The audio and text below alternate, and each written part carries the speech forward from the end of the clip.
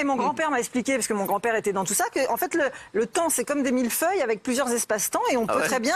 Alors Daniel, son grand-père, en fait il a défini la nature de l'espace-temps, hein. C'est un millefeuille apparemment, l'espace-temps est un millefeuille, voilà. Et Daniel, son grand-père avait ce secret. Donc je pense que c'est peut-être la petite fille d'Einstein, un truc comme ça doit être ça je pense. Bonjour à tous, j'espère que vous allez bien. Bon alors aujourd'hui on va parler d'une technique de vente sournoise sur TPMP, et vraiment sournoise, hein, qui consiste à vous dire de la merde pour vous vendre de la merde. Mais avant toute chose les amis, n'oubliez pas de liker la vidéo, c'est très important pour le référencement. Merci Jean-Claude d'être avec nous, Jean-Claude spécialiste des extraterrestres et éminent journaliste, merci d'être là Jean-Claude. D'abord on va...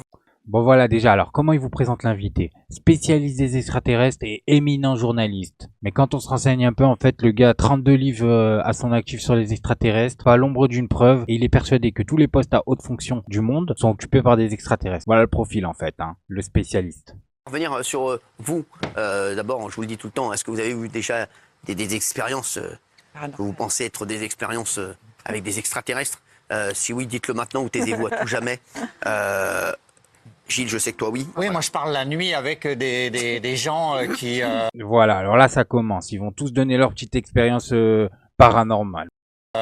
probablement sont en directe lignée de ma famille, notamment un soldat de Waterloo qui me raconte la bagarre à la bataille. Il n'était pas chez... Il faisait pas partie de son papa. Non, c'est un soldat napoléonien qui... Incroyable ou pas, alors Gilles il nous explique que tous les soirs il parle avec le soldat inconnu. Et tout le monde sait très bien que c'est de la merde hein, ce qu'il raconte. Hein. Mais là ce soir personne n'est objectif. Vous allez voir pourquoi. Qui me raconte pourquoi Napoléon a perdu à Waterloo. Ah ouais. Bon, c'est incroyable.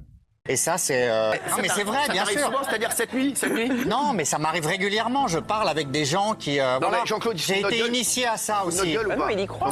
Alors, moi je crois que évidemment, ça fait rire comme... Voilà, moi je crois que Jean-Claude, en fait Jean-Claude ce soir, c'est celui qui va dire ce qui est vrai et ce qui est faux. Les extraterrestres font rire depuis 50 Ça fait rire ans. les oiseaux et chanter. Sauf que des scientifiques maintenant nous disent que la conscience, notre conscience, n'est pas dans notre cerveau, mais qu'elle est partout comme ça dans l'univers.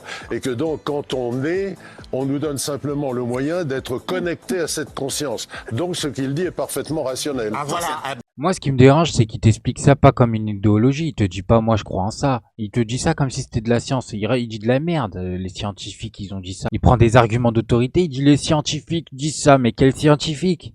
Quel scientifique? Tu peux donner des noms s'il te plaît? Bah voilà. Jean-Claude, c'est vrai. Mais oui, C'est possible. Bien sûr. Parce que Jean-Claude, je le crois. Toi, bon. Mais non mais c'est vrai. Et voilà, et toute la soirée Jean-Claude je le crois, Jean-Claude je le crois. Mais vous allez voir ce qui arrive à la fin, vous allez tomber. Pas ouf, mais toi, tu parles avec qui, toi? Non, enseigné, et mon grand-père m'a expliqué, parce que mon grand-père était dans tout ça, que en fait le temps c'est comme des millefeuilles avec plusieurs espaces-temps et on peut très bien... Alors Daniel, son grand-père, en fait il a défini la nature de l'espace-temps, hein. C'est un millefeuille apparemment, l'espace-temps est un millefeuille, voilà. Et Daniel, son grand-père avait ce secret. Donc je pense que c'est peut-être la petite fille d'Einstein, un truc comme ça doit être ça je pense. Voir des gens qui étaient qui étaient pas dans notre espace. Non, mais là, Cyril, vous posez parfaitement bien la question, c'est qu'on envoie des messages en disant ces crétins ne nous répondent pas. Mais d'abord, quelle langue parle-t-il si tant est qu'il parle une langue? Sûr, oui. Parce que beaucoup de témoignages de cas d'atterrissage nous montrent que des Il pue la merde votre expert, on met un vrai scientifique sceptique en face, il est mort, il peut plus parler. extraterrestres communiquent par la pensée. J'ai envoyé moi... Ouais, les extraterrestres communiquent par la pensée, voilà. C'est ça sa conclusion. En fait, lui, il a des secrets sur les extraterrestres. C'est pour ça, en fait, dans ses 32 livres, voilà, il y a les secrets des extraterrestres. un message aux extraterrestres qui est parti en 2005 Non, il arrive quand? par les antennes du CNES. Ah ouais. Il va arriver quand, le... C'est la chaîne culturelle Arte. On l'a laissé faire joujou avec une parabole et il nous dit j'ai envoyé un message aux extraterrestres. Mais arrête, t'as envoyé un signal dans l'espace, t'as pas envoyé un message aux extraterrestres. Tu nous présentes comme si t'avais envoyé un SMS à Haïti. C'est trop. Alors moi j'ai une question que je me suis toujours posée. Est-ce que si jamais les extraterrestres ils existent vraiment, il y a une preuve, etc., est-ce que l'État il va nous le dire ou est-ce qu'il va le cacher aux humains? C'est une bonne question.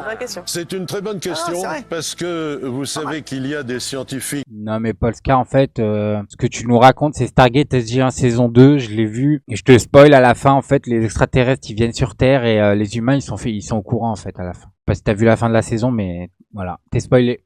De très haut niveau. Et voilà, et là vous allez voir pourquoi ça fait 30 minutes qu'ils nous racontent leur merde. Hein. Moi je vous ai épargné, mais c'est 30 minutes de blabla où en fait chacun met sa petite sa petite perle au collier pour arriver au point culminant qui est maintenant en fait. Bourré d'avoir été avec nous, je rappelle le livre Les ovnis voyagent dans le temps, Jean-Claude Bourré, Patrick Marquet, très intéressant ça. Et Jean-Claude, c'est vraiment, c'est un monstre, beau cadeau pour il est Noël. très fort. Et voilà, c'est un beau cadeau pour Noël. On applaudit les amis. Ils nous ont vendu leur merde. Voilà. Il est fier, Jean-Claude. Ses ventes, elles vont monter, c'est sûr et certain. Il est passé sur TPMP pendant une demi-heure, ça l'a appuyé. Je savais même pas que c'était légal de faire des publicités déguisées comme ça. En fait, il y en a pas un qui croit ce qu'ils vous ont dit pendant une demi-heure là. Mais en fait, il fallait se faire un billet avant de partir en vacances. Pour mettre le cadeau sous le sapin. J'avais pas compris. Excusez-moi. Bon bah bien joué hein. Bah, moi j'achèterai pas votre livre de merde mais sûr et certain les ventes ils vont monter. Bref, je voulais juste vous montrer ça les amis. Faites bien attention à ce genre de pub déguisée où vous pensez que les personnes sont honnêtes mais sont juste en train de vous vendre quelque chose.